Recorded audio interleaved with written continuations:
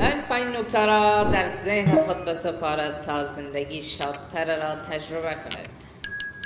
شماره 1: آرزو کردن برای اینکه جای شخص دیگری باشد یعنی نادیده گرفتن خودتان. شماره 2: ترسناکترین جای جهان ذهن شماست. شماره 3: عمل باشد نه عکس العمل، صدا باشد نه انعکاس صدا. شماره 4: مراقب بدن خود باشد، زیرا تنها جایی است که تا آخر عمر در آن زندگی میکنی. شماره 5: